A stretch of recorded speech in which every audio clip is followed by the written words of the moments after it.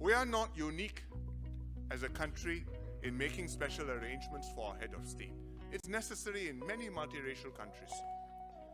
And they make deliberate arrangements. Either they have constitutional rules or they have conventions, but they make special arrangements and they arrange for some kind of rotation or special representation for the minorities. You look at Canada, their president or their governor general is alternately English-speaking, French-speaking, English-speaking, French-speaking. New Zealand, they have minorities. They've had an Indian Governor General, Indian descent. I think he came from Fiji. Current Governor General has Maori blood. He was a chief of staff, very distinguished soldier. Not by chance and randomly it happened. They specifically look for these people to be the head of state. Switzerland, ideal country, right? 900 years of nationhood.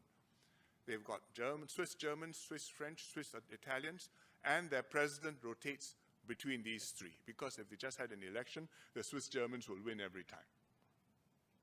So we have to make that arrangement. So now I'm choosing presidents. I must choose by election, but I need to make the election mechanism such that the Malays have a chance to come in. How do I do that? Well, we had a Constitutional Commission. They recommended a hiatus-based mechanism with reserve elections, which means if long time no Malay, next election reserved for Malay. Long time no Indian, next election reserved for Indian. In fact, for good measure, they said long time no Chinese, next election reserved for Chinese. Actually, no need. But the Chinese, I think, all felt if you didn't make provision for Chinese, something not right under the sun. So we did it, but it shows you how sensitive this is.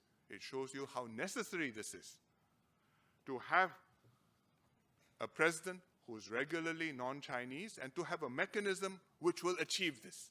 And for us, it has to be an election mechanism, so it has to be a constrained election. I restrict who can participate, and within that, we choose. If there's a contest, if there's no contest, I hope somebody turns up who qualifies and will make a good president.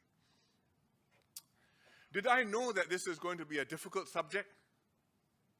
That it can be unpopular, it can cost us votes? Yes, of course.